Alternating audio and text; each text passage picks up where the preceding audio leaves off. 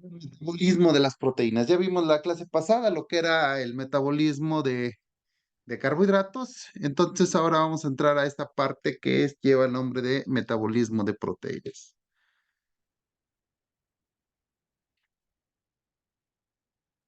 De entrar a lo que es esta parte del metabolismo, es interesante que nosotros entendamos algunos parámetros que se pueden estimar a partir del contenido de nitrógeno. Entonces, el primero se le conoce como lo que es el valor biológico, y su función es medir la proporción de la proteína que absorbida, ¿sí? De tal manera que el valor biológico es igual al nitrógeno ingerido menos el nitrógeno fecal más el nitrógeno urinario. Entonces, nos puede dar el valor biológico de aquella proteína que absorbemos. Algo interesante de este valor biológico es que el nitrógeno de origen metabólico, todo aquel desprendimiento que va haciéndose a lo largo del tubo digestivo durante el proceso del metabolismo, y sí, también considerar que el sistema urinario pues es parte del endógeno, ¿no? Entonces, este nitrógeno de origen metabólico también es considerado porque entra dentro del nitrógeno fecal, y entonces nosotros asumimos, ¿sí?, que está entrando este. Entonces, hay que tener cuidado con ese. Entonces, si nosotros queremos tener en cuenta o quisiéramos nosotros diferenciar esto, pues lo que tenemos que hacer, vean, cambiamos esa pequeña fórmula, y entonces al nitrógeno fecal, déjenme poner mi puntero, ¿sí? Le vamos a quitar el nitrógeno metabólico, y al nitrógeno urinario le vamos a quitar el nitrógeno endógeno, ¿sí? De tal manera que vean, modificamos, ¿sí?, esta fórmula, y lo que se supone que estaba aquí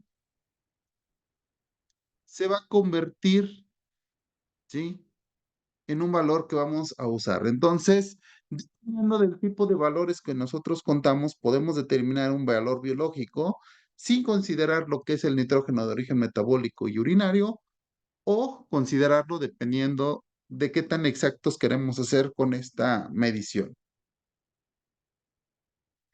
El parámetro que se utiliza es la utilización neta de la proteína, ¿sí?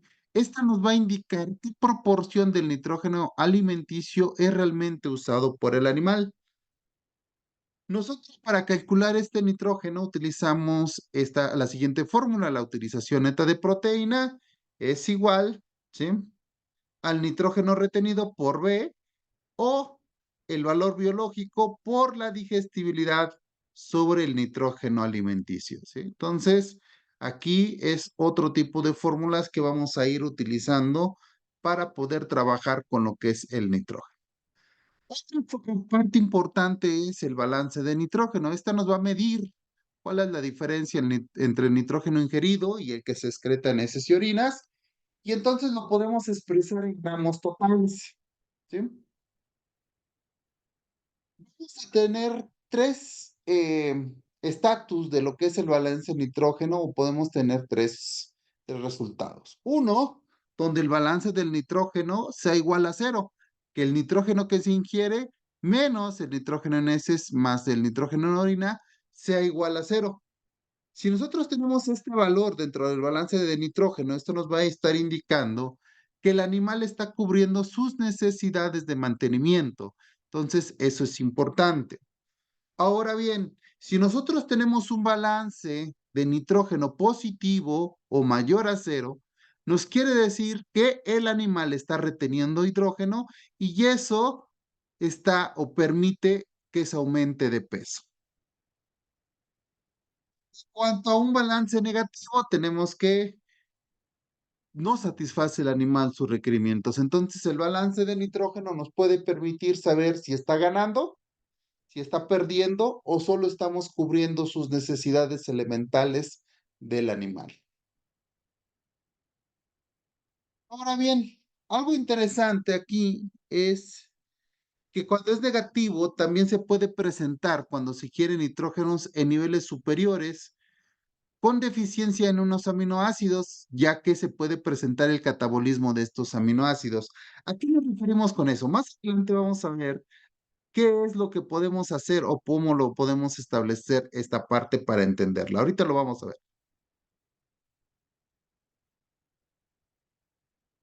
El concepto que se debe de saber es la relación de la eficiencia proteica. Esta nos va a considerar la ganancia de peso como un indicativo de la retención del nitrógeno. Y entonces mide el peso del ganado por cada unidad de proteína consumida.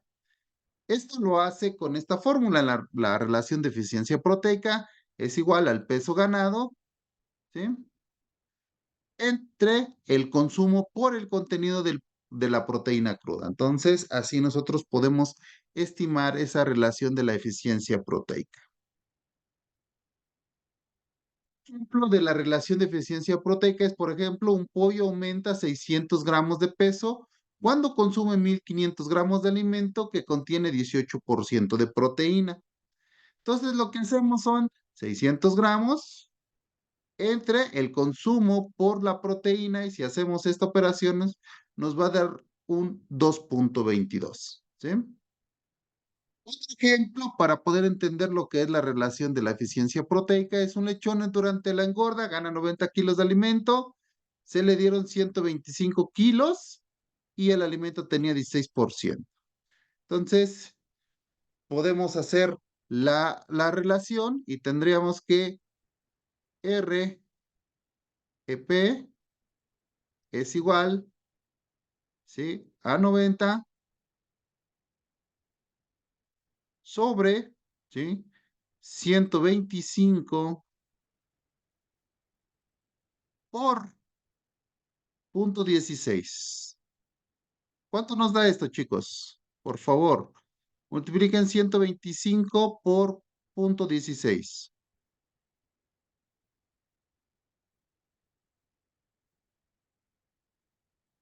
20.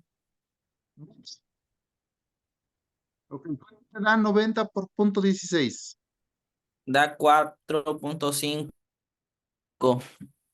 Perdón, 90 125 por entre punto. 20. No, no, no. 125 por 0.16, ¿cuánto da? Da 20. Ok. ¿Y 90 entre 20? 4.5. Ok. Entonces, esa es la relación de la eficiencia proteica. En cuanto al otro, vamos a ver, entonces va a ser igual, ¿sí? Dice, un gazapo de 500 gramos consume diariamente 120 gramos de alimento con un 12% de proteína por 35 días, ganando diariamente 60 gramos de peso. ¿Cómo podemos obtener esa relación? Podemos sacar los cálculos completos o podemos hacerlo por día. Tengo que consume diariamente 120 gramos y que gana 60 gramos, ¿sí? Entonces tengo 60 sobre 120 por 0.12. Me da lo de abajo, por favor. 120 por 0.12. 14.4. 4. Y se centra entre 14.4. 4.17. Entonces ahí lo tenemos. Lo voy a dejar de tarea para ver si ustedes lo pueden sacar. Sáquenlo lo mismo, pero multiplicando cada factor por 35 días y me dicen en la siguiente clase si es el mismo resultado, ¿vale? Entonces, esos son algunos ejemplos de la relación de la eficiencia proteica.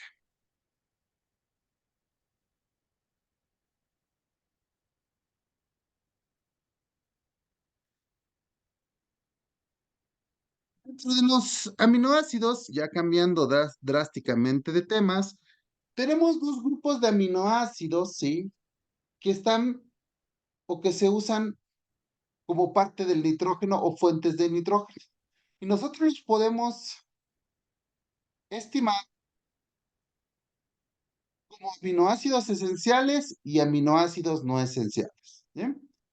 Dentro de los aminoácidos esenciales tenemos este grupo de arginina, felina, etcétera. Y tenemos otro grupo de los aminoácidos no esenciales. Estos que están en asterisco representan que también son esenciales para las aves. Mi pregunta, ¿cuál ustedes creen que sea la diferencia entre un aminoácido esencial y un aminoácido no esencial? ¿Qué será esa diferencia? ¿A qué se debemos esa diferencia? ¿Quién me dice?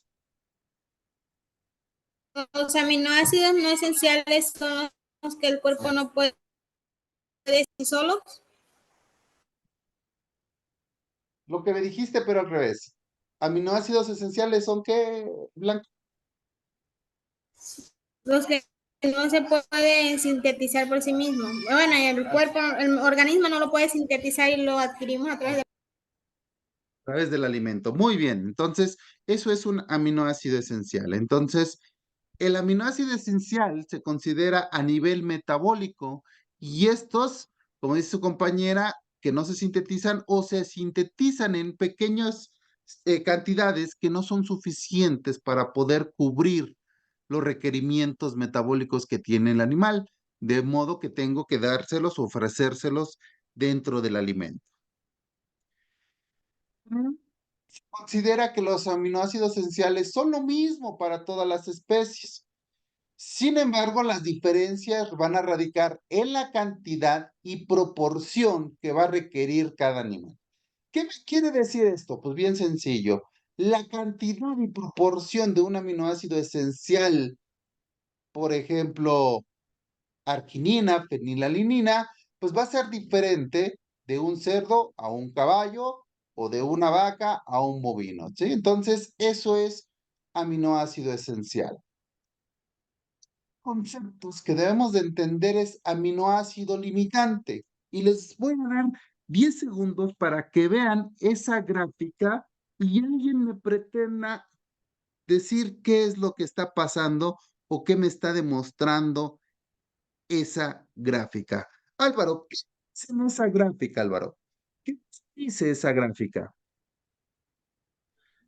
Él menciona, ¿no? Las cantidades de los ácidos que requiere, ¿no? Para el crecimiento. Se supone que ahí la lisina más la metionina es mayor que la metionina. A ver, vamos a ver, fíjense bien. Esto es cuando no, vean, aquí está el efecto del crecimiento cuando no le estoy poniendo ningún aminoácido.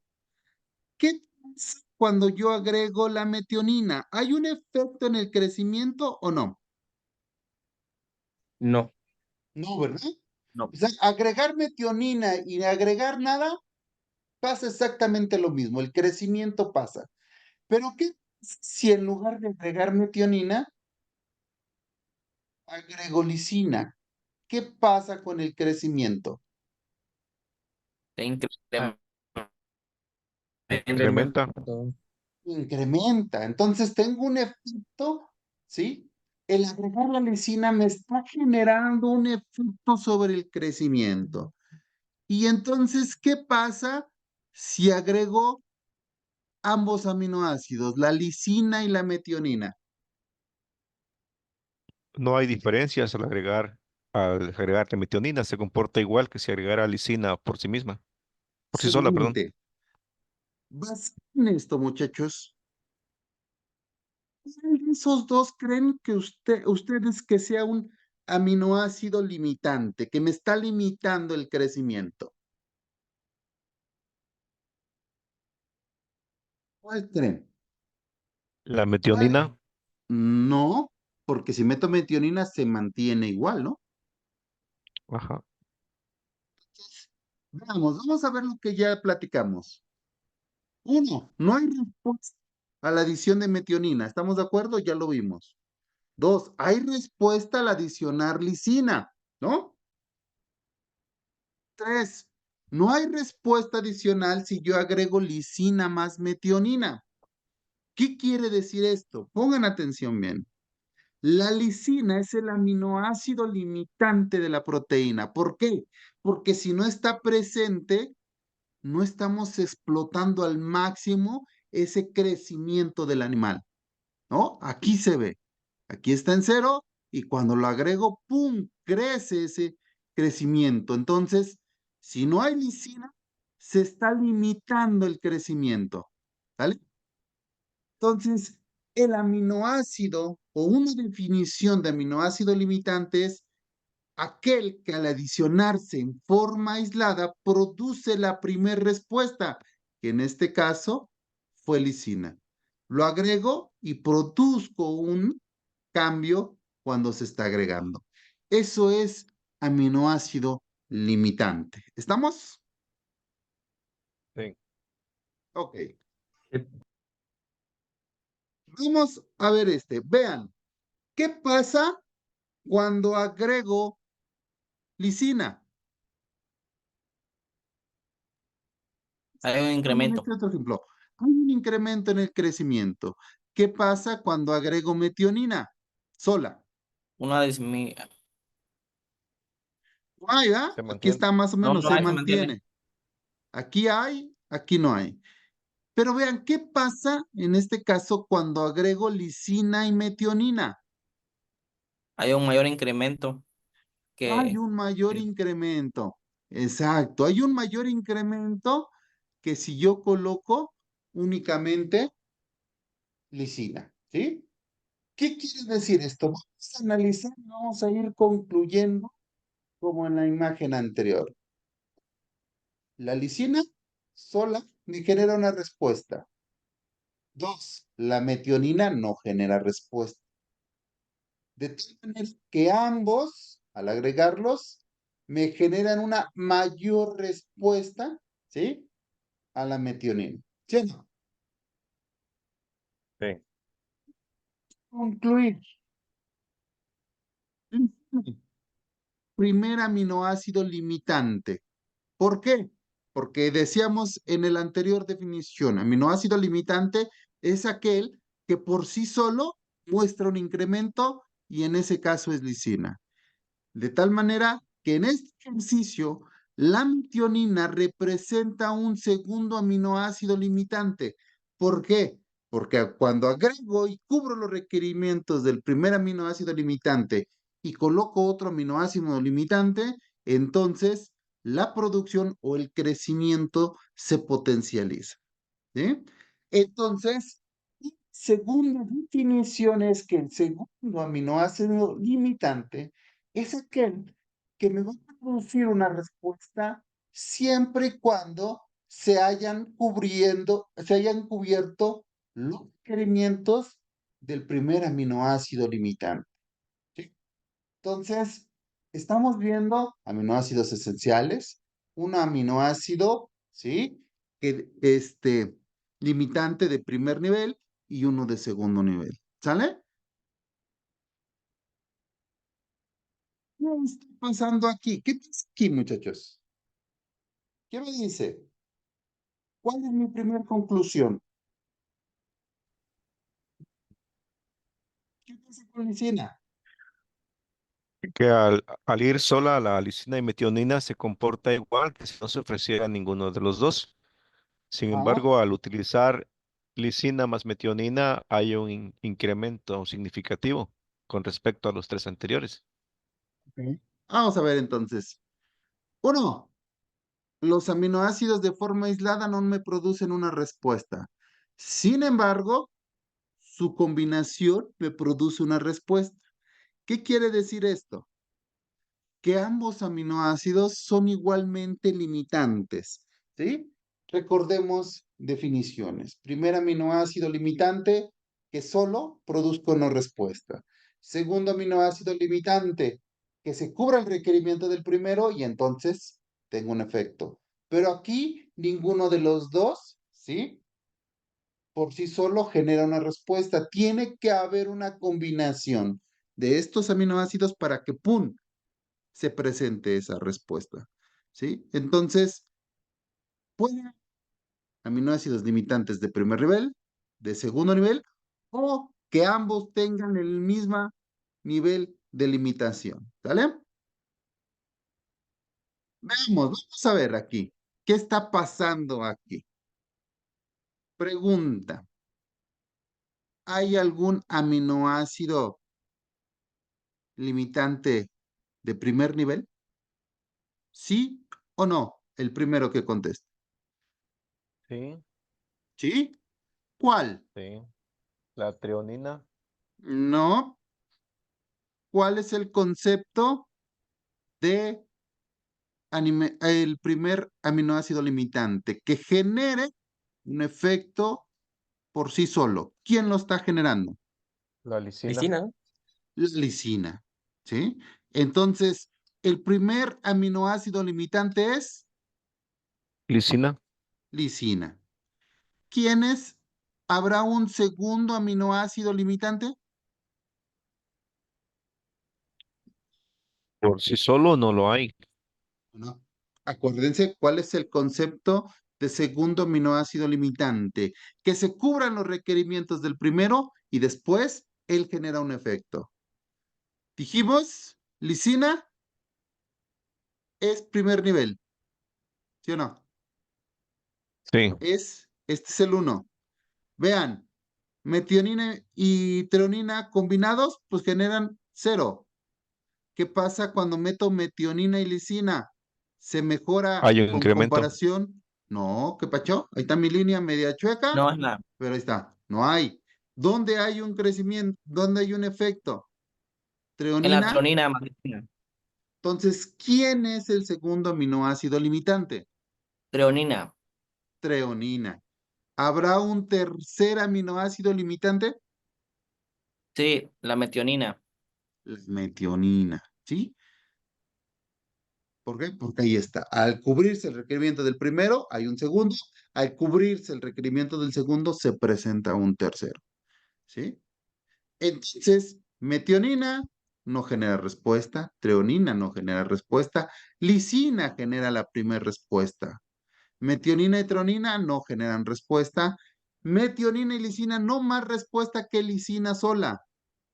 Treonina y lisina generan respuesta más que lisina sola. Los tres mejoran la mejor respuesta. En conclusión, ya dijimos, lisina primer limitante, treonina segundo limitante y finalmente metionina como tercer limitante. ¿Sí? Que acabamos de ver, se denomina como secuencia de limitación de aminoácidos. ¿Sale? Entonces seguimos viendo conceptos sobre esto. ¿Estamos bien? Sí. Sí. Vamos a ver, vamos a la siguiente. Aminoácido antagónico. ¿Qué creen que quiera decir aminoácido antagónico? Podría decir que en vez de aumentar, disminuye. ¿Ok? Antagónico es lo contrario, ¿no?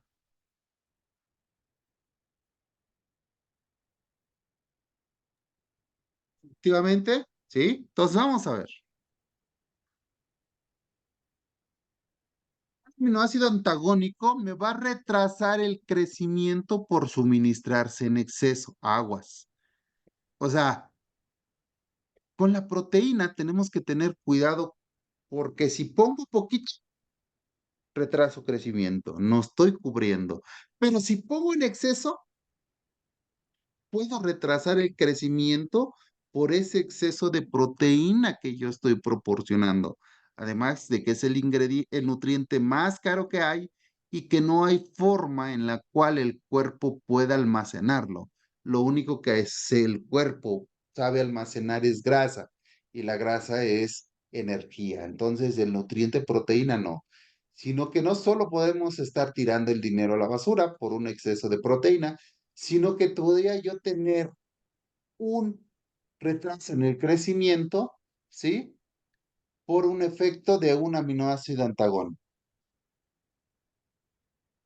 Sin embargo, podemos, ¿sí? Contrarrestar este aminoácido antagónico adicionando otro aminoácido de estructura muy similar. Por ejemplo, ya son casos. Lo que habíamos visto en las gráficas, si se dieron cuenta, estuve usando los mismos con nombres de aminoácidos. No quiere decir que en realidad en esos ejemplos sea esa secuencia. Va a depender de la especie y del estado fisiológico del animal. Entonces, tengo que tener cuidado con eso. En este caso, por ejemplo, sí, la lisina menos arginina, entonces el exceso de lisina se puede contrarrestar con un exceso de arginina, ¿sí? Lo mismo para leucina, isoleucina y valina. Estos sí ya son casos concretos y reales. Y aquellos aminoácidos de cadena ramificada también se pueden presentar, ¿sí? Entonces, eso es algo que puede estar pasando y que tenemos que tener cuidado. ¿Estamos? Ahora bien, vamos a ver esto de la urea y del ácido úrico en plasma y orina. ¿Por qué es importante estos valores? Vamos a ver. Dice, en medida que hay un aminoácido limitante, vean, se fuerza el catabolismo del resto de los aminoácidos. ¿Qué quiere decir esta parte? Yo les decía hace un momento, ¿no? Que el cuerpo no tiene una forma de almacenar la proteína, de almacenar aminoácidos. De tal manera que si yo tengo en una dieta un aminoácido que está limitante y que los demás están ahí, pues por el hecho de que no esté ese aminoácido, pues no se puede sintetizar esa proteína que quiera hacer el animal. ¿Por qué? Porque no hay ese aminoácido y entonces no se puede. Y entonces, ¿qué es el organismo? Si no hay un exceso de aminoácidos, pues entonces estamos forzando al animal a que catabolice esos aminoácidos que están presentes. Palabras, vean, si un aminoácido limitante está a un 80% de requerimientos y el resto está en un 100%, que está de más de los aminoácidos se va a catabolizar, ¿sí?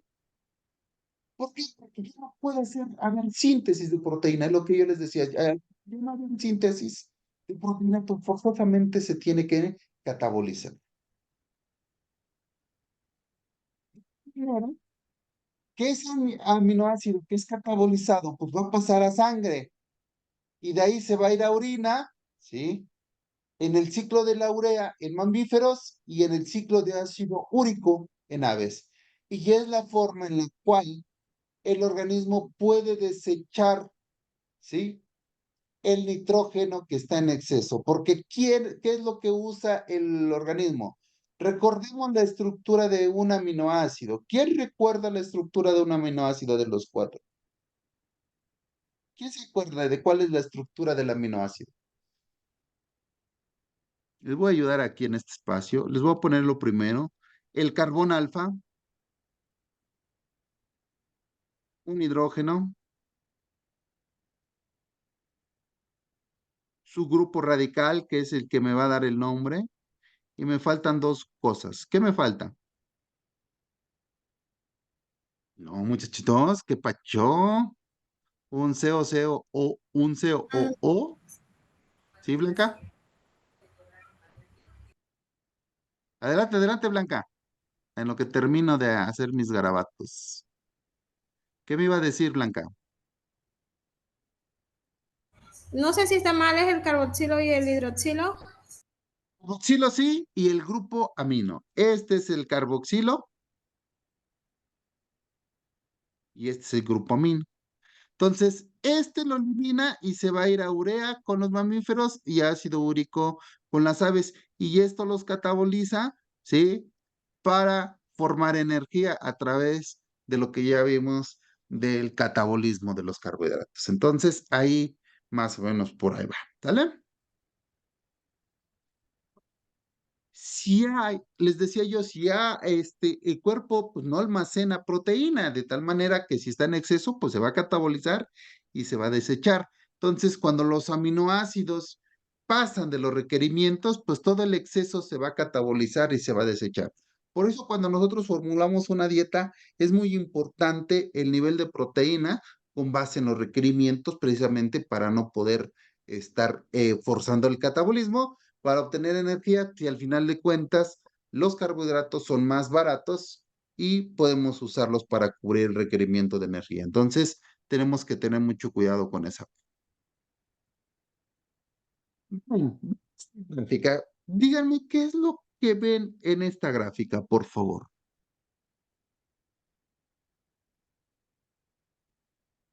les muestra esa gráfica, muchachos? ¿Qué me pueden decir de esa gráfica? Les voy a dar unos segundos. ¿Qué les muestra esa gráfica?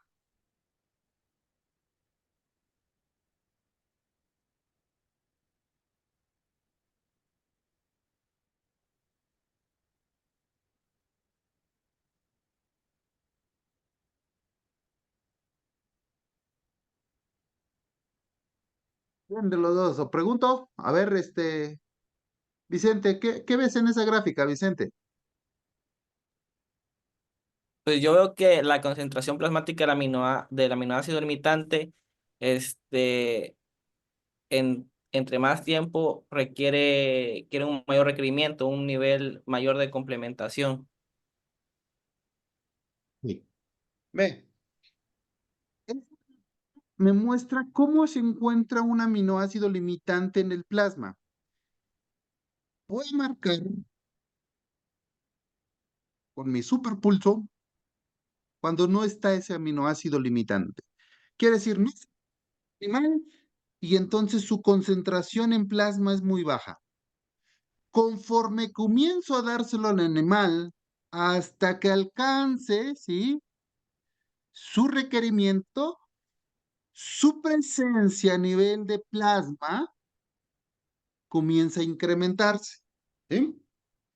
Una vez que alcanza su requerimiento, encuentra una estabilización ese aminoácido. De tal manera que dependiendo de la especie, dependiendo del estado fisiológico nuevamente, yo puedo evaluar y saber si está cubriéndose los requerimientos de esos aminoácidos limitantes, ¿sí? Entonces, ustedes ahí se dan cuenta, cuando ustedes están cubriendo sus requerimientos, la concentración de ese aminoácido se va a mantener constante. Si ustedes empiezan a disminuir ese requerimiento, pues ese aminoácido no va a estar en plasma y entonces comienza su disminución.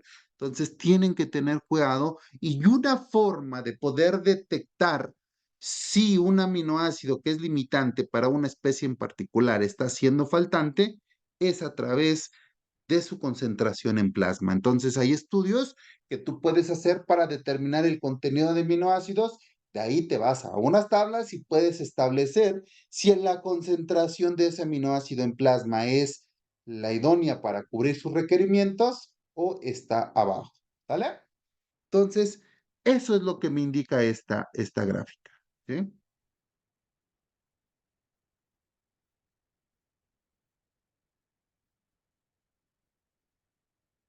Ahí está lo que les acabo de platicar. ¿Sí? Entonces, vean, cuando se alimenta por una proteína deficiente en un aminoácido, va a permanecer bajo y constante. Cuando empiezo a darlo, pues empieza a incrementarse, ¿sí? Su concentración hasta cubrir sus requerimientos y entonces se va a mantener alto y constante. ¿Sale? Dice eso, porque eso ya está más rayado que la clase pasada. ¿Qué les dice eso, muchachos? ¿Quién me dice?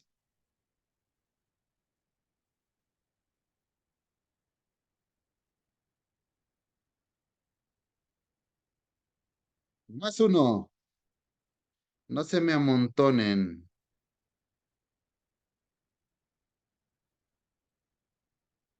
¿Quién me dice?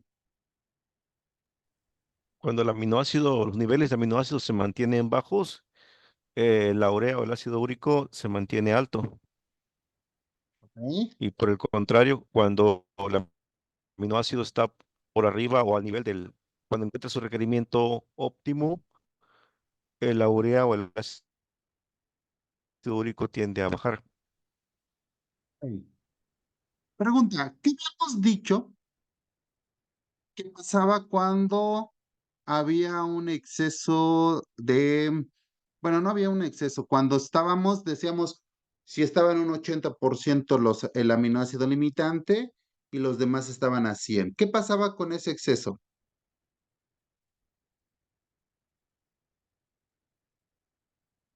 ¿Qué pasaba con ese exceso, muchachos?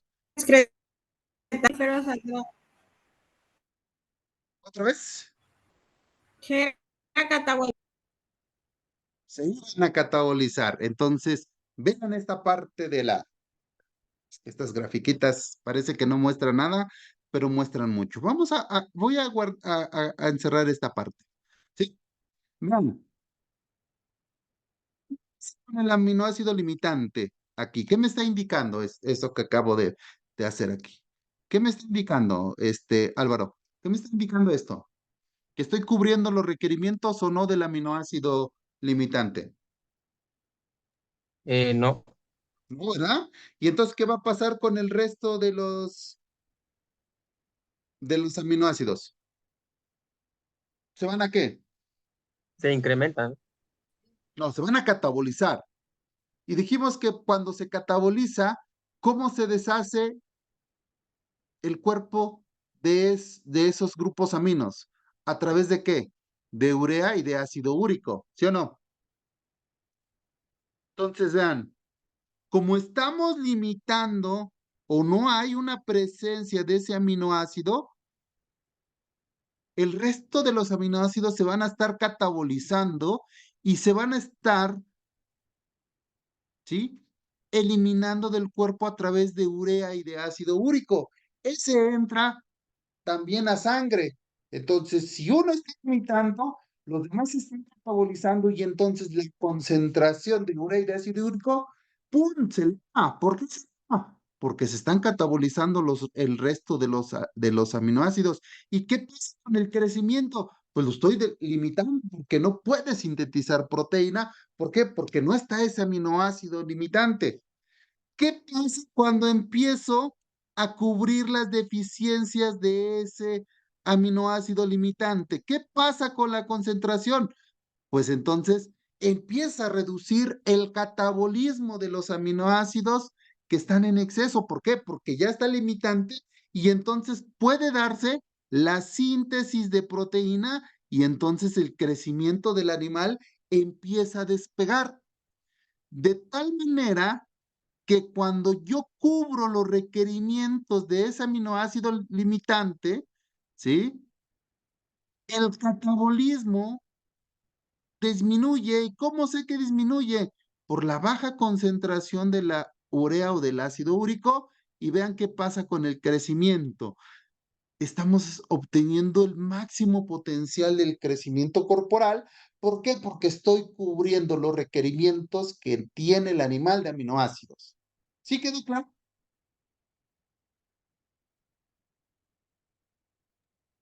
Sí, ¿Vale? Entonces hay que tener cuidado con eso. ¿Sí? Ok, terminó. Proteína ideal. Yo sé que, oiga, estamos en bovinos, que no sé qué. Puede ser. Pero es importante que lo conozcamos. Y entonces el término de proteína ideal es un término para cerdos y aves. ¿Sí? Y este me va a expresar los requerimientos de aminoácidos esenciales como relaciones ideales con un aminoácido en específico, lisina. Ojo, que nosotros tenemos que determinar cuál es el requerimiento de lisina. Y una vez que cubro el requerimiento de lisina, a través de algunos cálculos matemáticos, puedo yo cubrir el requerimiento de los demás aminoácidos. ¿Qué quiere decir eso? Que actualmente nosotros formulamos dietas para cerdos y bases y aves no con base en proteína, sino con base en aminoácidos. ¿Vale? Entonces, eso es muy importante. ¿Vale? Proteica para un rumiante, pues bueno, a nivel retículo y rumen, ¿sí? La microbiota prefiere el amonio como fuente de nitrógeno. ¿Qué quiere decir esto? Que cuando nosotros colocamos una proteína o una fuente de nitrógeno en el rumen, la bacteria la va a llevar amonio. No le importa si es aminoácido, no le importa si es urea, no le importa si es ácido úrico, no le importa si son... Ella lo va a llevar. ¿Por qué? Porque ella usa el amonio como fuente de nitrógeno. Los microorganismos en rumen quieren cubrir sus requerimientos. Entonces, el hecho de que prefiera el amonio, ¿sí? Es que nosotros tenemos esa capacidad de poder formular usando nitrógeno no proteico en ciertas cantidades. ¿Por qué? Porque además de que se puede catabolizar o hidrolizar más rápido estas fuentes, pues los microorganismos van a cubrir sus requerimientos y entonces nos puede hacer más barato. Por eso nosotros cuando formulamos una dieta para un rumiante, pues podemos darnos el lujo de meter pollinaza o de meter urea. ¿Por qué? Porque la microbiota usa ese amonio como fuente de nitrógeno. La digestión en rumen pues se relaciona directamente con su grado de solubilidad. ¿Qué quiere decir esto? Que a menor solubilidad, menor liberación de amonio en rumen, ¿sí? Que me puede limitar la síntesis de proteína microbiana. Por eso es importante cuando nosotros formulamos establecer los contenidos de proteína degradable en rumen y proteína de sobrepaso. ¿Ya? ¿Por qué?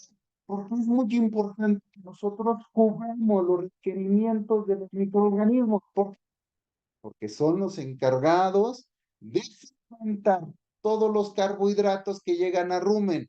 Ah, bueno, pero si le estoy dando almidón, pues no hay problema, ¿no? Llega, pasa rumen y entra a una digestión normal como uno rumiante y la puede, sí, pero ¿y la fibra? Entonces tengo que cubrir los requerimientos. ¿Por qué? Porque las bacterias, nosotros veíamos, ocupan enzimas y esas enzimas son proteínas y estas proteínas las sintetizan las bacterias. Entonces tengo que cubrir esos requerimientos proteicos que tienen los microorganismos. ¿Estamos?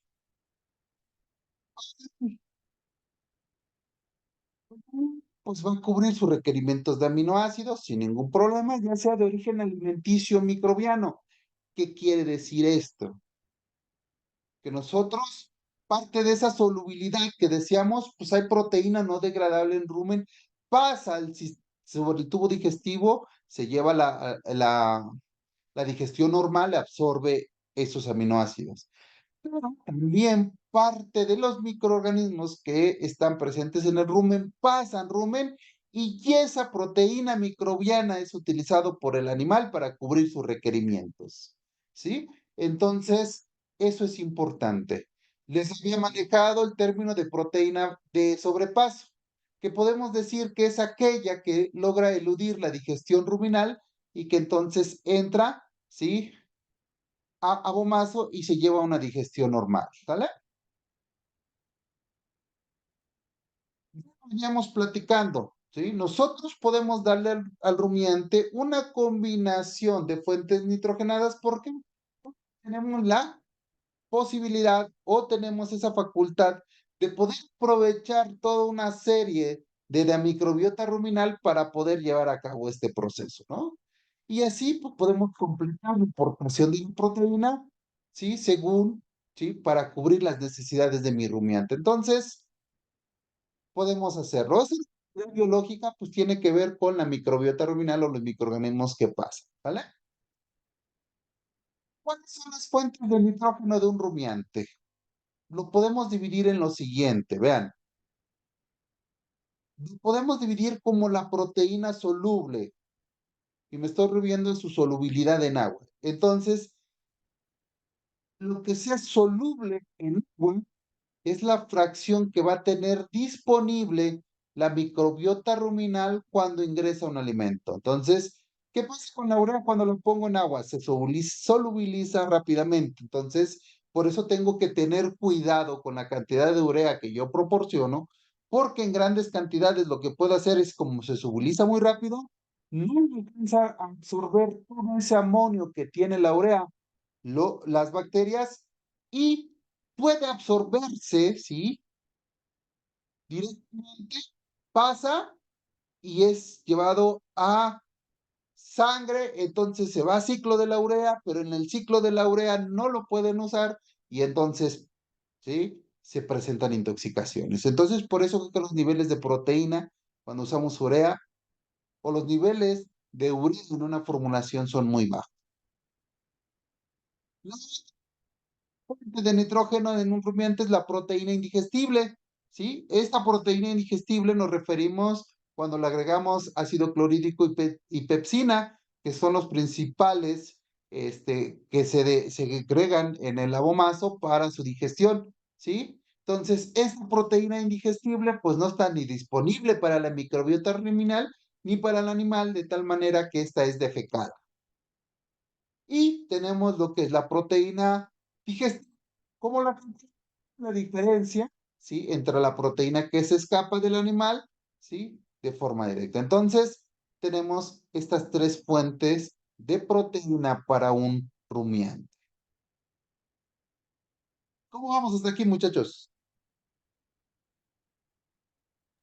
Todo bien, doctor. Todo bien, doctor.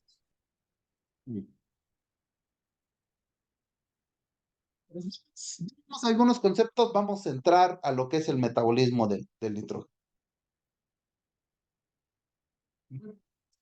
Estos aminoácidos pueden ser de diferente lugar. Uno, pueden ser de origen exógeno. ¿Por qué origen exógeno? Porque nosotros se lo vamos a proporcionar a través de fuentes externas al organismo. En este caso nos estamos refiriendo al alimento. Y pueden ser fenómenos que tienen que ver con la proteólisis de tejidos o sustancias proteicas del propio animal. Por ejemplo, la oxidación de enzimas, el moco o la descamación que se sufre del epitelio dentro de todo el tubo digestivo cuando se lleva a cabo todo este proceso de alimentación. ¿Sí? Además, existen aminoácidos de origen microbiano en rumiantes, ¿sí? Esto se va a considerar exógeno porque se va a formar a partir de lo que está consumiendo el animal, ¿no? Nosotros le damos de comer al animal y a partir de ahí se da la síntesis microbiana, ¿sí? Y entonces, los aminoácidos nos van a servir como base para que se formen proteínas corporales, se sinteticen una serie de hormonas que se utilizan, enzimas, purinas, pirimirinas, y aquí me surge una pregunta, muchachos, ¿qué son? ¿En dónde han escuchado purinas y pirimirinas?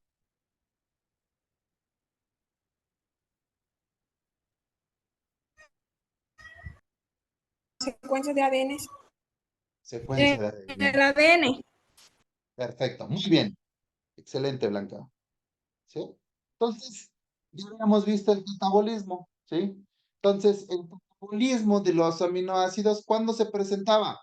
Cuando están en exceso, ¿sí? O la demanda energética, o sea, que no estamos cubriendo la demanda energética, entonces se dan esos, ¿sí? El catabolismo de los aminoácidos para poder obtener energía. Si nosotros tenemos una deficiencia en energía, ¿sí? Y tenemos los aminoácidos, el organismo comienza a catabolizarlos para poder obtener energía, ¿sí?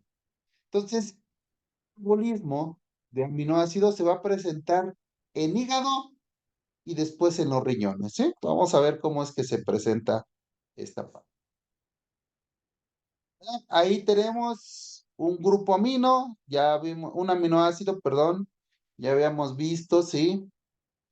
El grupo, se los había dibujado hace ratito, pero aquí está su carbono alfa, aquí está el grupo radical o la cadena lateral que le va a dar el nombre a los aminoácidos, el grupo carboxilo y el grupo amino, ¿sí? Entonces, hay que tener en cuenta esta parte, ¿vale? Son dos vías para el catabolismo. Una es la pérdida del grupo carboxilo, que ya lo habíamos visto, que este proceso se llama descarboxilación cuando quitamos un carboxilo.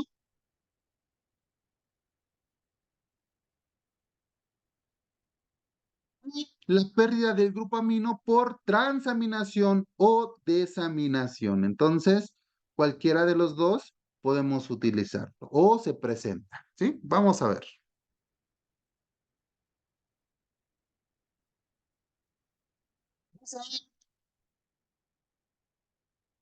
La descarboxilación es para formar aminas. ¿Qué quiere decir esto?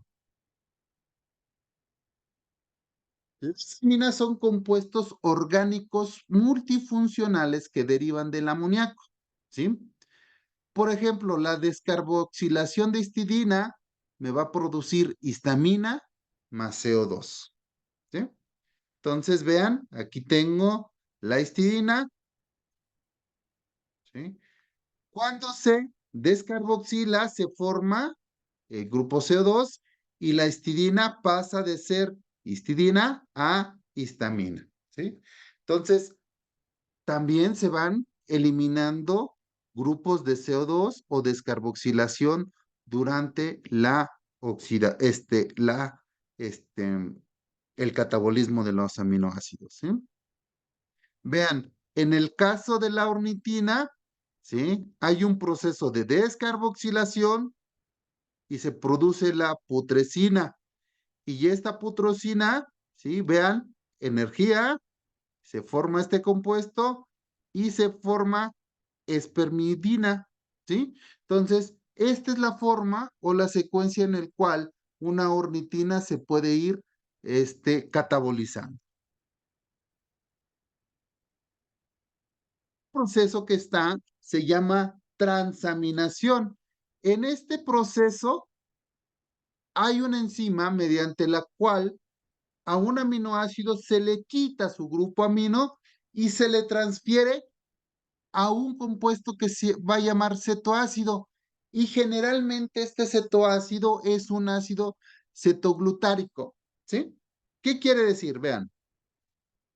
Veamos el proceso de transaminación. Tenemos un ácido alfa cetoglutárico que ya les habíamos comentado, ¿sí? Más el ácido aspartico, que del ácido aspartico se le va a tomar su aminoácido, y entonces este ácido cetoglutárico, al pasarse el grupo amino, entre los dos me van a formar el ácido glutámico. Y el ácido aspartico, al quitarle su grupo amino, se va a transformar en ácido oxaloacético. También les platicaba en la clase anterior que esto me indica que es reversible esa reacción, de tal manera que al ácido glutámico, si le quito el grupo amino y este grupo amino se lo doy a este ácido oxaloacético, se me va a formar ácido aspartico y el ácido glutámico se vuelve a convertir en ácido cetoglutárico. Entonces, la transaminación es quitarle un grupo amino y pasárselo a otro. ¿Sale? Aquí tengo el mismo ejemplo, pero en lugar de ácido aspartico, usamos alanina y, por ejemplo, la alanina se convierte en ácido pirúvico, ¿sí? Y el cetoglutárico, pues también se vuelve a convertir en glutámico. Entonces es el mismo proceso o el mismo ejemplo, simplemente cambiando al cual se le transamina ese aminoácido, ¿sí? Ahora bien, vean, aquí podemos ver el ejemplo que es muy sencillo, ¿sí? De cómo se cataboliza la alanina. Si a esa alanina le quitamos por transaminación, se convierte en ácido pirúvico y nosotros ya vimos qué le pasa a este ácido pirúvico, ¿sí? En el catabolismo de los carbohidratos. En lo que vimos lo que se pasa. ¿En qué proceso se produce ácido pirúvico? ¿Recuerdan? ¿Es producto de qué?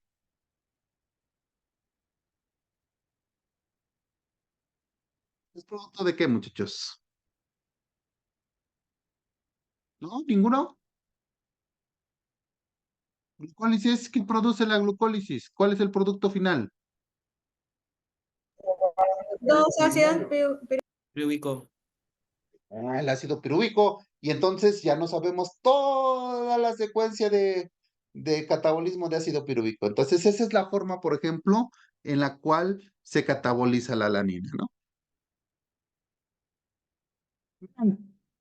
Aminoácidos se degradan o se catabolizan por transaminación. Ahí tenemos la lista. Alanina, arginina, asparagina, ácido aspartico, cisteína, fenilalanina, isoleucina, leucina, tirosina, triptofano, valina, ¿sí?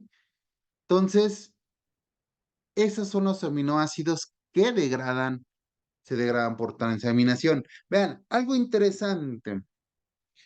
Cuando vimos enzimas, les hablaba del sufijo asa, ¿no? Y si es transaminación, son transaminasas. Pero como las enzimas son específicas, y para un sustrato, vean, si esa enzima que participa en la transaminación de la alanina, se va a llamar alanina transaminasa. Álvaro, ¿cómo se va a llamar la enzima que participa en la transaminación de la valina?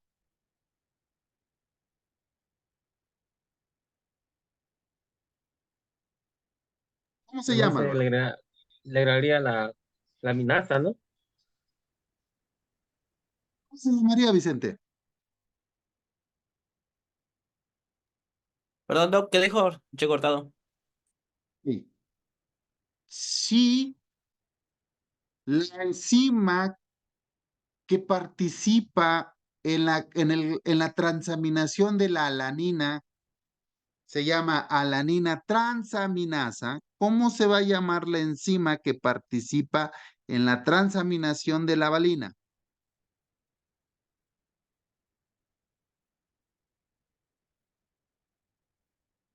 Valina transaminasa.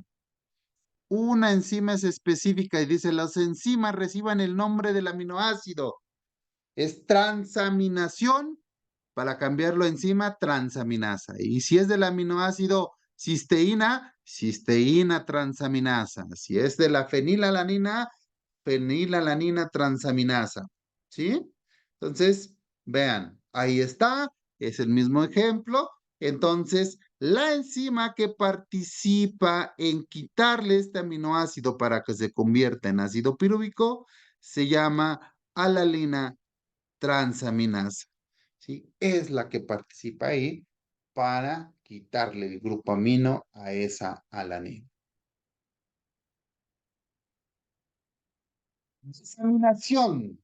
¿Qué es la desaminación? Es una reacción enzimática donde se separa el grupo amino del aminoácido. Aguas. ¿Cuál es la diferencia aquí? En la transaminación se le quita el grupo amino y se le pasa a otro. Aquí no. Aquí simplemente se le quita el aminoácido y se va. ¿Sí? Este proceso de desaminación se efectúa en el hepatocito, tanto en su citosol como mitocondria. Y el más común del proceso de desaminación es el ácido glutámico. Vean, aquí tengo al ácido glutámico. Si le agrego agua, en este proceso de desaminación, vean lo que le estoy quitando es el grupo amino y estoy llevando a cabo una reacción de qué? También, ¿qué le está pasando? Aparte de desaminar el glutámico, si le estoy quitando hidrógenos, ¿qué proceso estoy llevando a cabo? Lo vimos la clase pasada.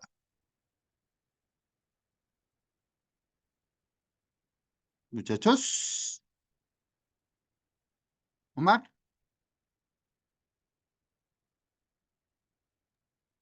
Catabolismo. ¿No? Una hidrólisis. Oxidación. Hidrólisis, ¿no? ¿Qué dijiste, Álvaro? Oxidación. Una oxidación porque le está quitando hidrógenos. Entonces, aquí estoy viendo un proceso de diseminación porque le está quitando el grupo aminoácido, lo está mandando a otro lado, y un proceso de oxidación porque le está quitando hidrógenos. ¿Sí? De tal manera que entonces el glutámico, por desaminación y oxidación, se está convirtiendo en cetoglutárico. ¿Sí? Entonces, eso es desaminación. ¿Sale?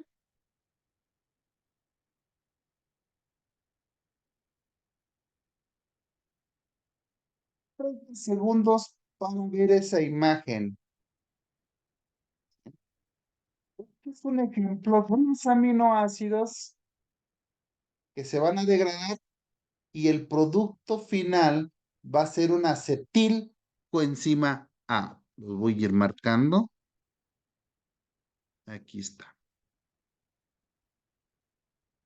¿En dónde vimos que participaba la acetilcoenzima A?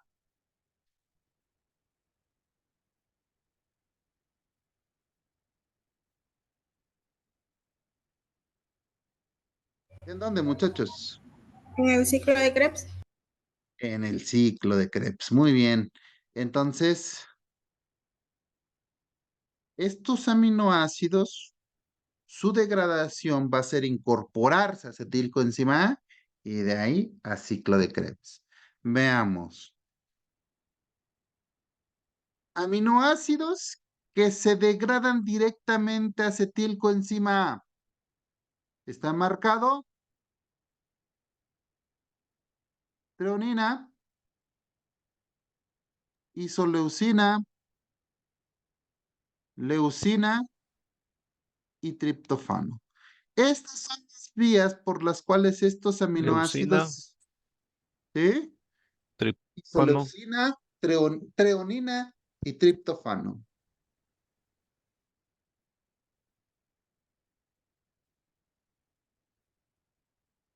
¿No? Entonces, ahí está. Vamos a ver. Aminoácidos que pasan primero a ácido pirúvico y de ahí se van a acetilcoenzima A. Tenemos a la alanina, a la glicina, a la cisteína, nuevamente la treonina, o sea que tiene dos vías de degradación,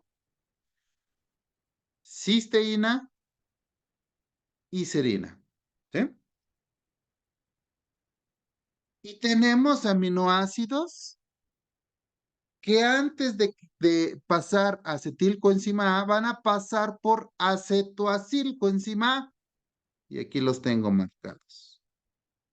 Leucina, tirosina, fenilalanina, lisina.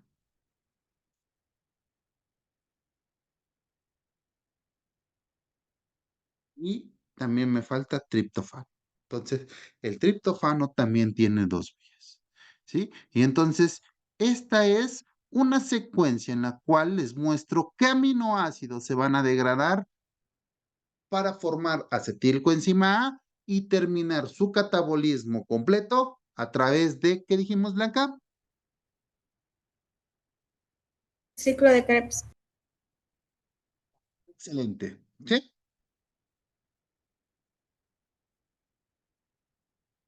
Ahora les estoy mostrando aquellos aminoácidos que se van a degradar con la formación de cetoglutárico.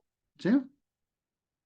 Entonces, tenemos principalmente aminoácidos glucogénicos como el ácido glutámico, aquí está, la arginina, glutamina, histidina, ornitina y prolina. Entonces, ahí al lado de cada uno de los aminoácidos ven su composición o su estructura química por la cual estos aminoácidos se van a la formación de cetoglutárico. ¿Sale? Los aminoácidos que también se van, pero para formar succinilcoenzima A.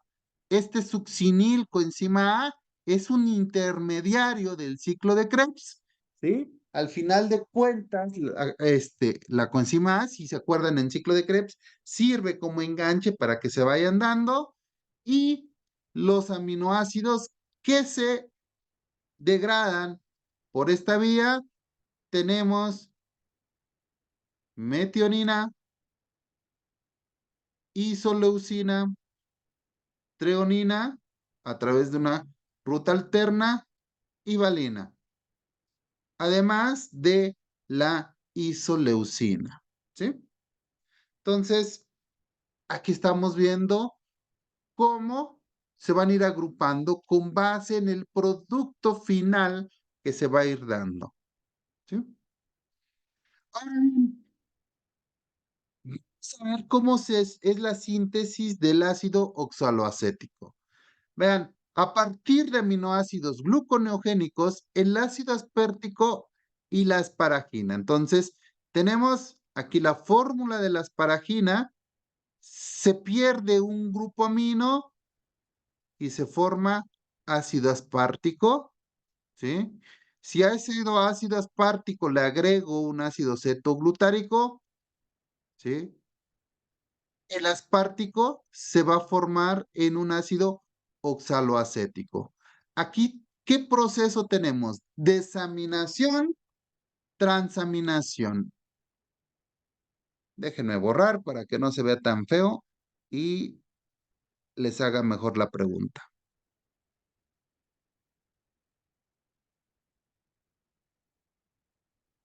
Ahora sí, viene la primera pregunta.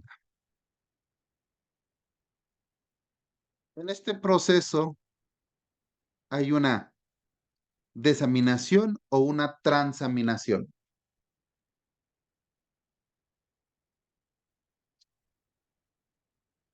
¿Qué me dicen?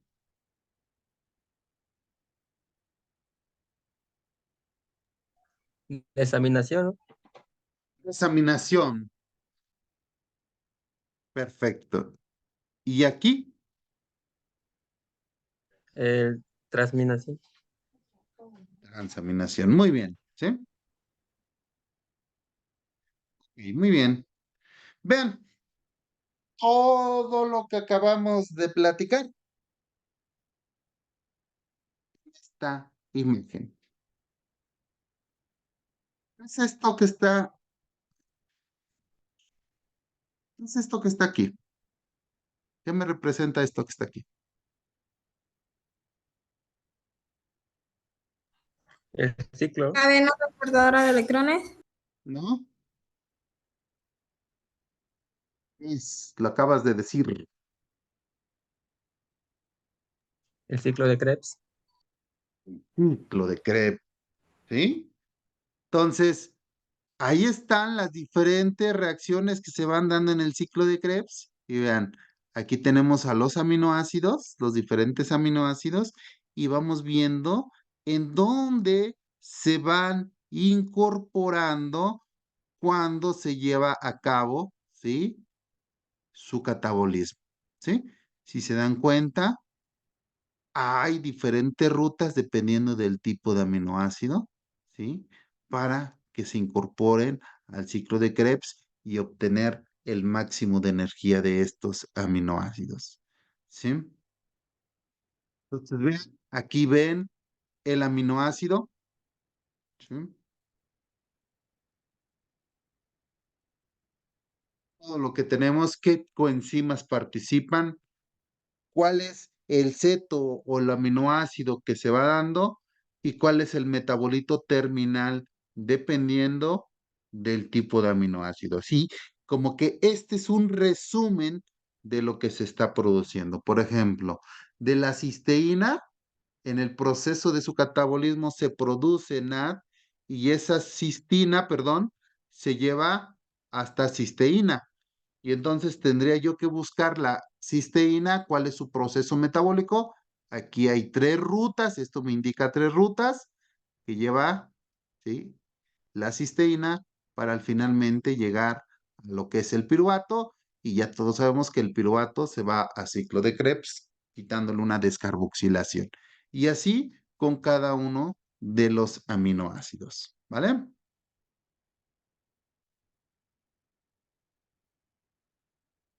Vamos con lo siguiente, pero vamos a tomarnos unos minutitos porque ya me cansé de hablar, ya estoy bien, cediendo. Déjenme, voy a servir un tecito o algo porque ya, dudas, muchachos, mientras Un cafecito. del nitrógeno metabólico. Bueno, entonces vamos a ver qué es eso de la excreción del nitrógeno metabólico. Entonces, el amonio que no utilizan las células para su proceso anabólico, pues se excreta en forma de urea, ácido úrico amonio, ya lo habíamos comentado de cierta manera anteriormente. Cuando son mamíferos va a predominar la excreción por urea, cuando son aves va a predominar la excreción por ácido úrico y cuando son peces, en el caso de los peces, predomina la excreción por amonio. Entonces, para los mamíferos, esta excreción se va a dar a través del ciclo de la urea. Este ciclo de la urea se va a llevar a cabo en hígado, ¿sí? Y es la síntesis de urea a partir de amonio mediante una serie de reacciones que van a implicar, ¿sí? El empleo de fosfatos, agua y CO2, ¿no? Entonces, ahí va.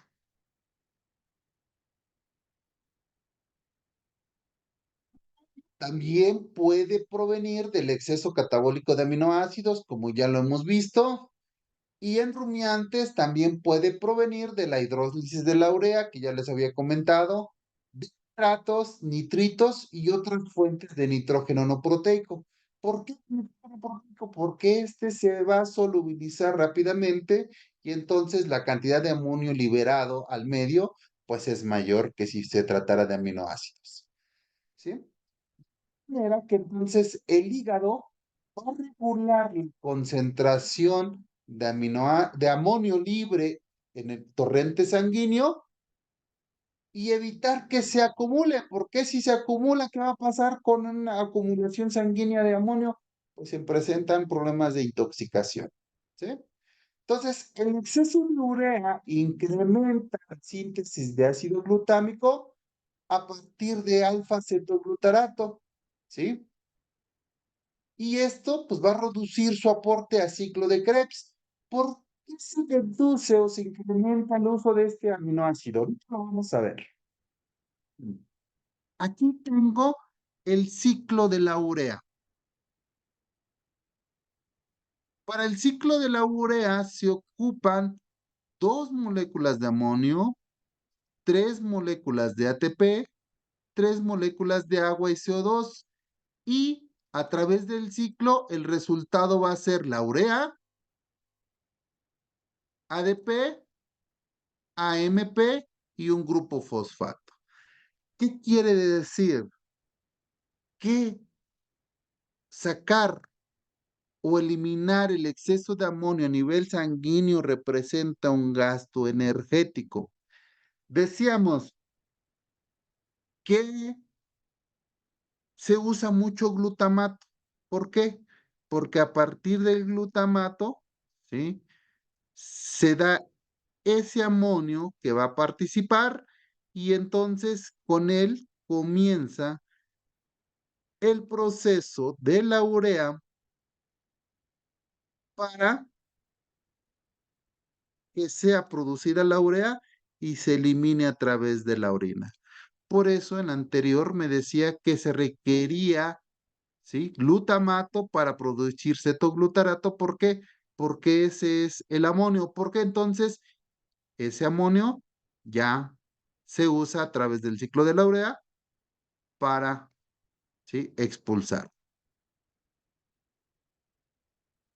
Aquí está otro ejemplo también del glutamato que participa también, ¿sí?, en ciclo de la urea. Vean, aquí es donde vemos el gran gasto de energía, producción de agua, ¿sí?, donde nosotros tenemos. No vamos a ver todo, sino simplemente les estoy presentando cuál es la fórmula química que se usa para formar la urea y decirles que aquí estamos viendo el ciclo completo donde partimos del amonio y obtenemos urea. ¿Sale?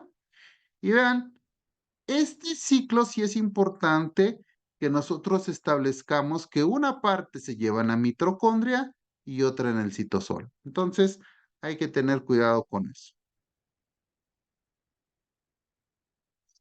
Ácido úrico, que es el que eliminan las aves, ¿sí?, como exceso de amonio, pues también se llevan a cabo una serie de reacciones complejas donde el compuesto adquiere moléculas de nitrógeno y se usan principalmente estos aminoácidos: la glutamina, el ácido aspartico y la glicina, ¿sí? Nos van a provenir del ácido fórmico, 2 de glicina y un CO2. De manera que se va a sintetizar la molécula de ácido úrico, va a requerir glicina o de su precursor, que es la serina. Por tanto, ambos aminoácidos, tanto glicina como serina, son esenciales para las aves. ¿Por qué?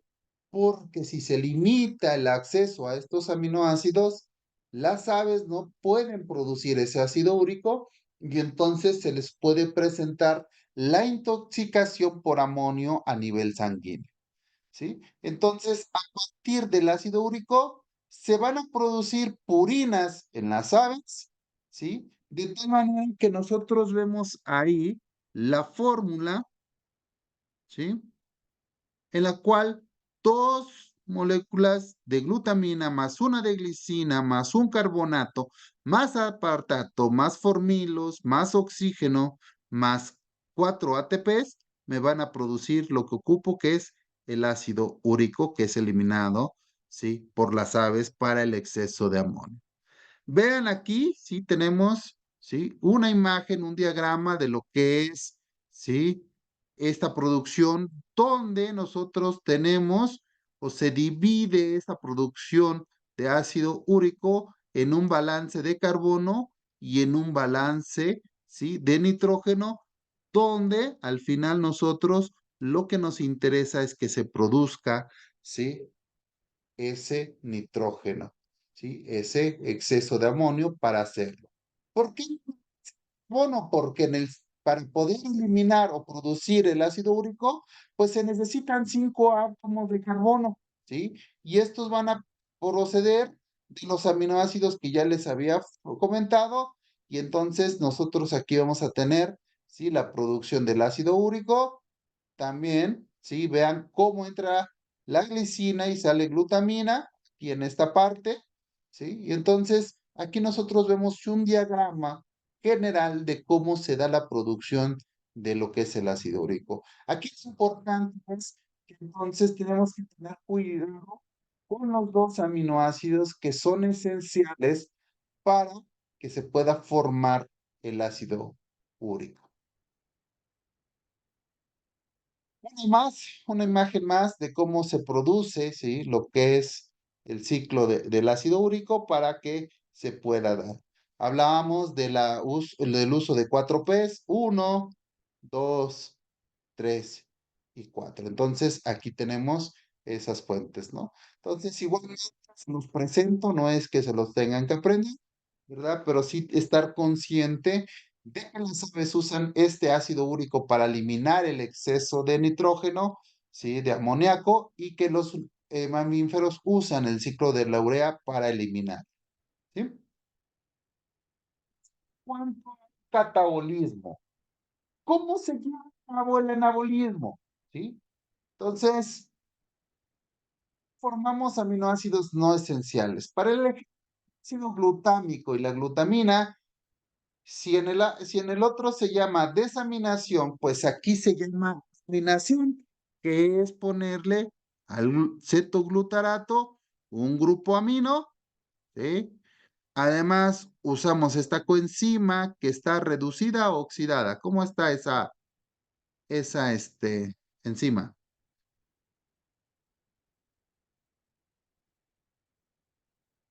¿Cómo están, muchachos?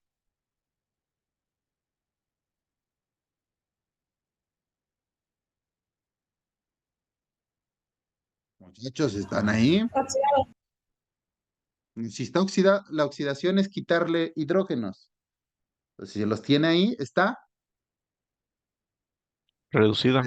reducido. Entonces, a partir de ahí se forma el glutamato. Si a ese glutamato, ¿sí?, le pongo, ¿sí?, me queda, vean, el NAT ya perdió estos hidrógenos, ya se oxidó, y una molécula de agua, ¿sí? Para la glutamina, pues necesito, ¿sí?, glutamina más el cetoglutarato más esto, ¿sí?, NAD, y me da el glutamato. ¿sí? Y también esta coenzima se oxida. Entonces, ¿sí?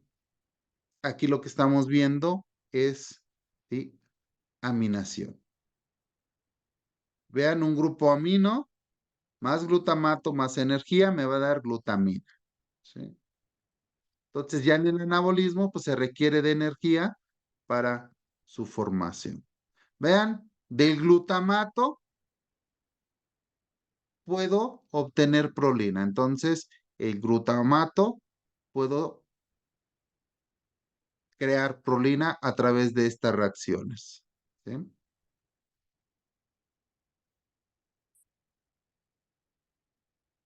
En cuanto a alanina, aspartico y asparagina, pues la síntesis de esto se da por transaminación, ya lo habíamos visto, ¿sí?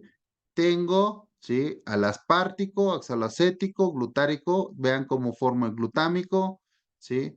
Cómo formo alanina, entonces, por transaminación, ¿sí? Es lo mismo que ya habíamos visto, ¿sí? En la anterior. La tirosina, pues requiere, su precursor es la fenilalanina, ¿sí? Requiere esta coenzima más oxígeno para que se forme. En cuanto a la serina y a la glicina, pues aquí tenemos, ¿sí? Que esta se forma a partir, ¿sí? De un ácido 3-fosfoglicérico y al final tengo mi serina, o a partir de la glicina puedo obtener lo que es la serina. Entonces, aquí están, ¿sí? Las fórmulas que nosotros tenemos. La cisteína se puede sintetizar a partir de metionina con este proceso, ¿sí? ¿Sí? Entonces, podemos sintetizarla. También la cisteína se puede producir al reducir cistina y la cistina se va a formar por una oxidación de grupos tioil de 2 moléculas de cisteína para formar disulfito. Entonces, así se pueden ver, lo que les muestro aquí en estas imágenes, pues son los aminoácidos que se están generando. Entonces, si ustedes ven, por ejemplo, la cistina, pues prácticamente son 2 moléculas de cisteína y por eso se pueden obtener de ahí. En cuanto a los aminoácidos esenciales, ¿sí? La lisina, por ejemplo, se puede sintetizar a partir de ácido aspartico, más piruvato, más glutamato, energía y coenzimas, además de un succinil coenzima A, y entonces ya podemos obtener nosotros la lisina. Entonces, esta es la reacción química completa que se requiere para formar una molécula de lisina. Otra ruta es con cetoglutarato, ¿sí? Una acetilcoenzima A, estas coenzimas, ¿sí? Glutamatos y además energía, y entonces yo ya puedo obtener lo que es la lisina. Entonces hay 2 rutas en las cuales nosotros podemos crear o sintetizar lisina. En cuanto a la tionina y la treonina, ¿sí? Entonces pueden partir, ¿sí? A partir del aspartato, ¿sí? De ahí pasar a homoserina y de la homoserina se puede formar la treonina o la homoserina seguir la cistationina y a partir de la cistationina crear metionina. Entonces, dependiendo del tipo de aminoácido esencial, ¿sí? A partir de aspartato, ¿sí? Es precursor de ambos aminoácidos. En cuanto a la isoleucina, leucina y valina, pues el piruvato es precursor de leucina y valina y la treonina es precursor de isoleucina. Entonces, ahí están las rutas que se siguen para formar estos aminoácidos. En cuanto a la arginina y ornitina, pues lo que tenemos es que glutamato es precursor y podemos formar ornitina y a partir de la ornitina podemos formar la arginina. Entonces, la ornitina es precursor de la arginina. Eso sí es importante saber que no la ruta exacta, ¿verdad? No nos vamos a meter a la parte bioquímica de cómo se va formando, pero sí saber que aminoácidos son precursores para la síntesis de los siguientes. Otros, vean, a partir de ácido fosfenol pirúvico, ¿sí? podemos, ¿sí?, obtener, ¿sí?, fenilalanina, tirosina y triptofano. Entonces, estos ácidos son precursores de estos aminoácidos.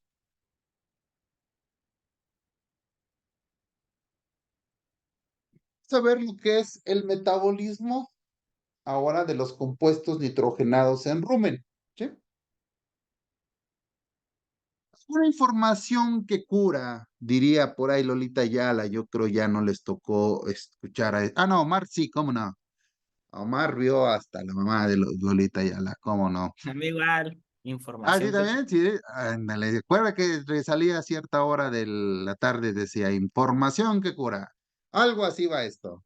Entonces, del 60 al 90% del nitrógeno consumido por el bovino se va a convertir en amoníaco por las bacterias ruminales. Una gran cantidad. Del 50 al 70% del nitrógeno utilizado en la síntesis de nuevas bacterias, este va a provenir del amoníaco. ¿Eh? La mayor parte del amoníaco que se encuentra en el rumen está ionizado en amonio.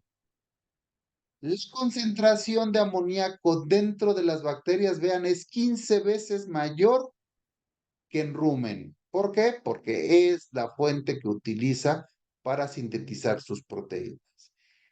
Y algo interesante es que el amoníaco atraviesa la membrana bacteriana mediante transporte activo, que quiere decir que requiere de energía para poder absorber ese amoníaco, ¿vale?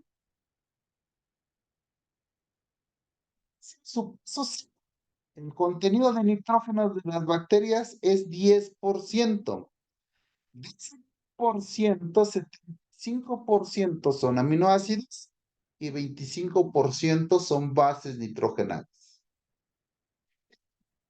Comentado en de la clase, el exceso de consumo de aminoácidos no es almacenado, por lo que su consumo es antieconómico, dado que este excedente puede ser catabolizado para producir energía, función que los carbohidratos y los lípidos pueden cubrir a menor costo.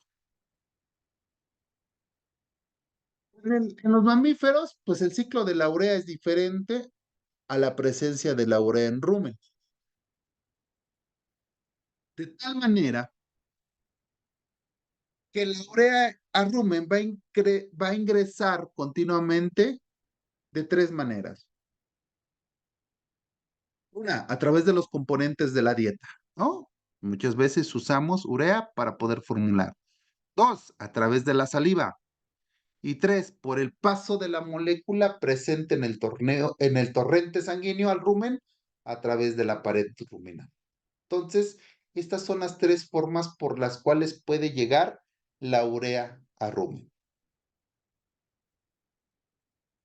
Se da la digestión de la proteína en rumen, ¿sí?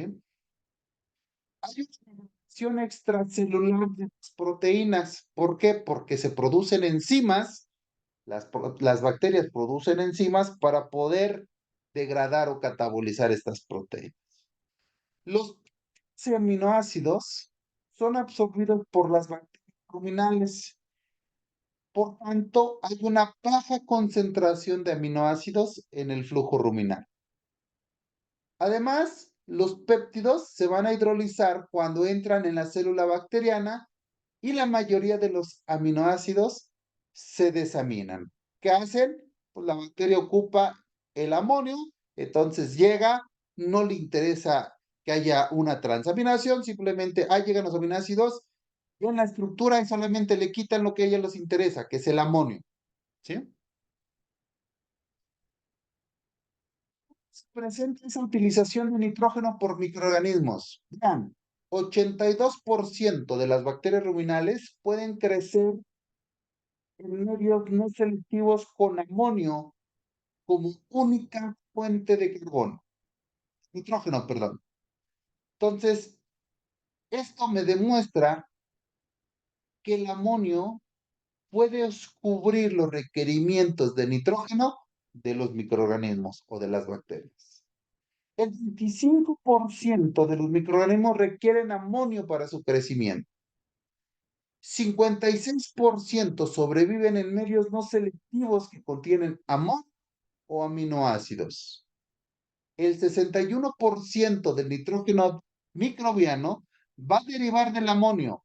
El resto viene de péptidos y aminoácidos de la ración. Entonces, esta es la importancia que tiene el amonio en los microorganismos ruminales. Microorganismos en rumen. La concentración de bacterias ruminales proteolíticas en rumen va de 10 a la 4 a 10 a la 7 por mililitro. Las bacterias presentan una actividad proteolítica de 6 a 10 veces mayor que los protozoarios. Las bacterias gram negativas son principales productoras de proteasas y esas proteasas son las encargadas de la degradación de los aminoácidos o de las proteínas. En positivas, Salmonella bovis tiene un papel proteolítico en dietas altas en concentrados, ¿sí? Entonces, tenemos que tener cuidado con esta situación. Imaginen ustedes los nombres, principales bacterias proteolíticas, bacterias ureolíticas y protozoarios proteolíticos presentes en rumen y que son las encargadas de esta degradación. ¿Sí?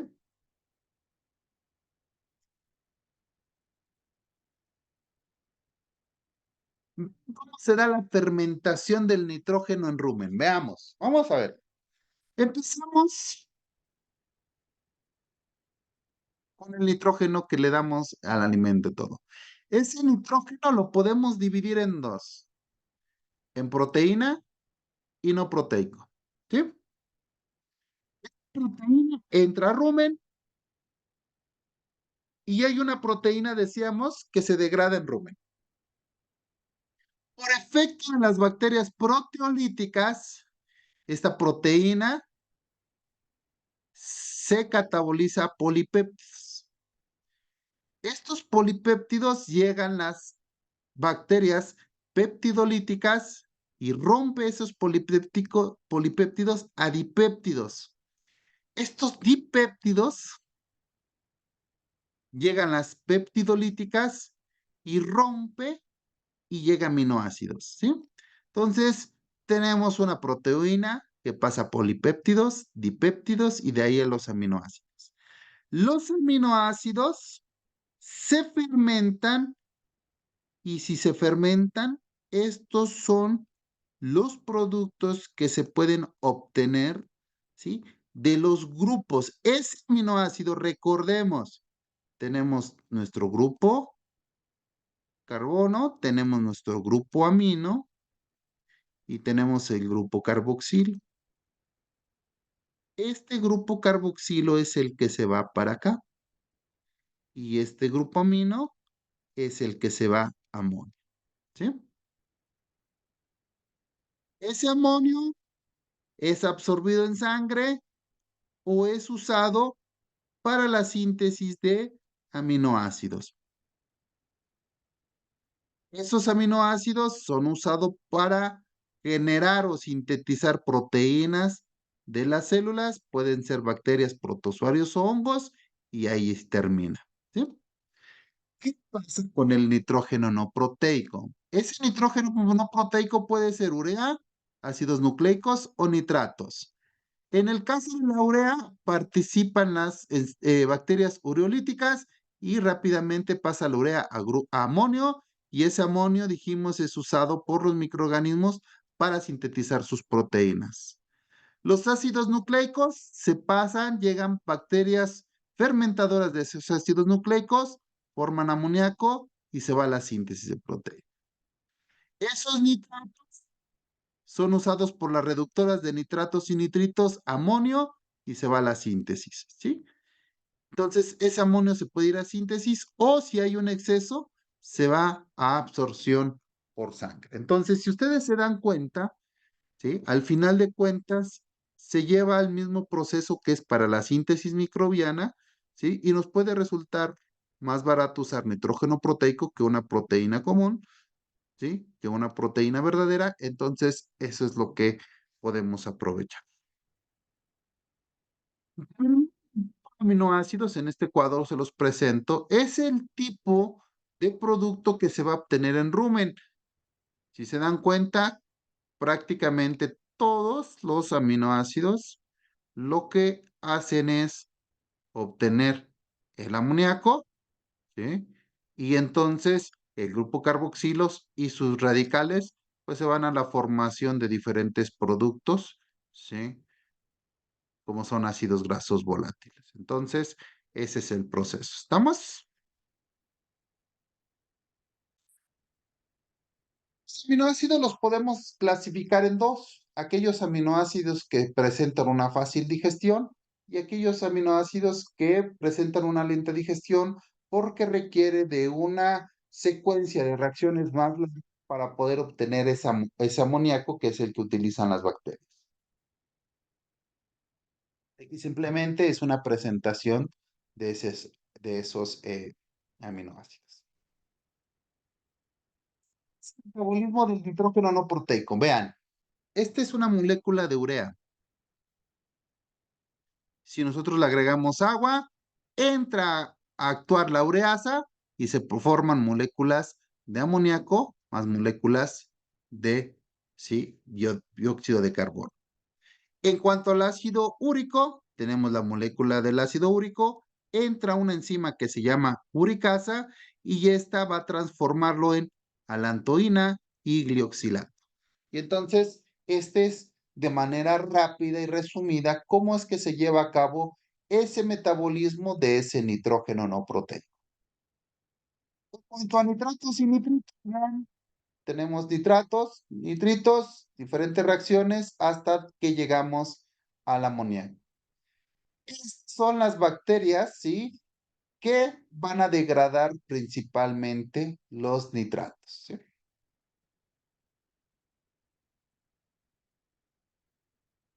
Visto esta parte de cómo se presenta el catabolismo de los aminoácidos, ¿sí? En los tejidos de mamíferos, pues los grupos alfamino y derivados de la dieta son excretados como urea en la orina, ¿sí? Y la biosíntesis de esa urea se puede dividir en cuatro: transaminación, que ya vimos cómo se da; desaminación oxidativa, que también nos faltó agregarle lo de oxidativo, pero vimos que era quitar el grupo amino y además oxidarlo; el transporte de amoníaco y las reacciones del ciclo del agua.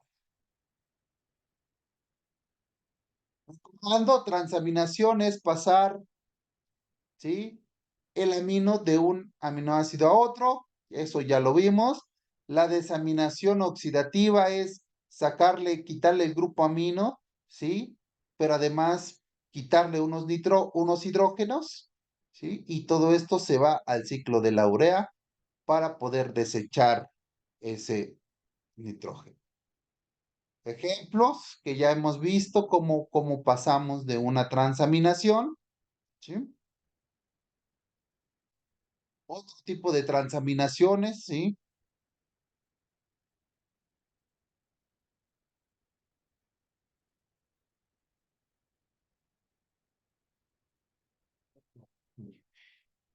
Pensemos un poquito en lo de desaminación oxidativa.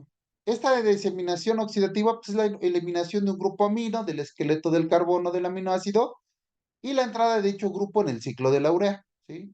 La enzima que participa aquí principalmente es glutamato deshidrogenasa y ocurre en citoplasma y mitocondrias, ¿sí? Y el glutamato es el único aminoácido de los tejidos de los mamíferos que presentan desaminación oxidativa. Decíamos que es quitar el grupo amino, ¿sí? Pero además, pues se lleva a cabo un proceso de oxidación, ¿sí? Entonces, en esta reacción nosotros podemos saber cómo se libera, ¿sí?, ese ese amoníaco que se va a ir, ¿sí?, a lo que es ciclo de urea. En esta imagen nuevamente vemos lo que es transaminación y descarboxilación Aquí vemos la transaminación, que es pasar el aminoácido de uno a otro, y la descarboxilación es eliminar este grupo, ¿sí? Mientras que la desaminación es quitar este grupo amino sin necesidad de pasárselo a alguien más, y entonces todo esto se va al ciclo de la urea para poder eliminar ese exceso de nitrógeno. Una imagen sencilla de lo que es el ciclo de la urea. Entonces tenemos las proteínas, ¿sí? Que van a entrar al microorganismo, las van a ir catabolizando para su síntesis de proteína, ¿sí? Si hay un exceso de amoníaco, se va a la circulación, ¿sí? Y entonces ese se va a hígado y en hígado pues se forma la urea y esta urea se va a dos sitios. Lo puede mandar el rumiante a la saliva o lo puede mandar a la orina para desecho, ¿sí? Entonces, ¿qué quiere decir esto? Que la urea que se forma en el rumiante a través del ciclo de la urea puede reutilizarse a través de la saliva. Vean, aquí está. Hace rato hablábamos de mitocondria y citosol para que se lleve a cabo el ciclo de la urea. Es lo mismo aquí en los rumiantes, ¿sí? Y entonces, vean, nosotros tenemos la urea para poderlo. Si se dan cuenta, las reacciones que participan en el ciclo de la urea, pues son diferentes a las que usa, ¿sí? En el rumiante.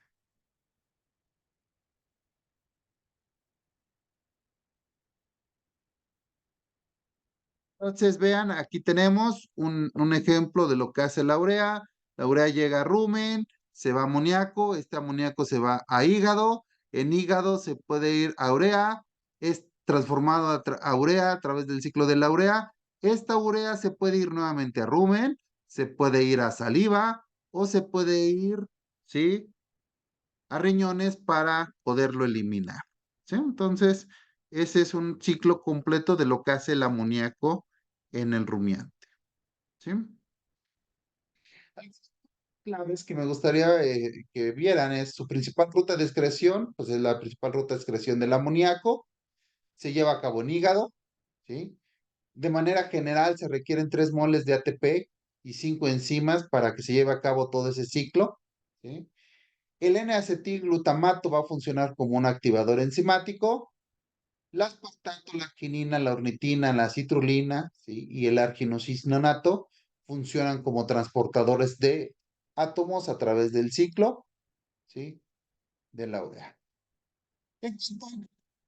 Esqueletos de carbono, ya lo vimos hace rato y esa es otra forma porque estamos hablando de rumiantes, pero también ya lo vimos de una manera más específica, pero vean cómo son las mismas rutas que vimos hace rato y que pueden entrando a lo que es la respiración celular para que se lleve a cabo su catabolismo completo del esqueleto de carbono del aminoácido.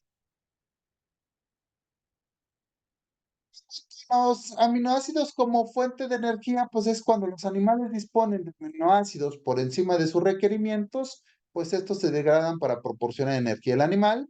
Y el primer paso, pues es la eliminación de grupo amino, puede ser a través de la desaminación, ¿sí? Transaminación, que ya hemos visto. Y bueno, vean, aquí están las diferentes rutas, una presentación diferente a lo que ya habíamos visto hace rato. Para la síntesis de aminoácidos, aquí les muestro lo que son sus precursores del aminoácido, ¿sí? Cómo se lleva a cabo esa reacción y cuál es el tipo de reacción que se lleva, ya sea aminación, transaminación, ¿sí? Para la síntesis de esos aminoácidos, ¿sí? Entonces, los aminoácidos considerados esenciales, pues prácticamente son las mismas rutas que ya habíamos visto hace rato, entonces es lo mismo, ¿sí? Además, pues este cuadro lo que nos muestra es un cuadro donde esos aminoácidos son precursores para formar una serie de compuestos que son de importancia para el animal. Y de esa forma, muchachones,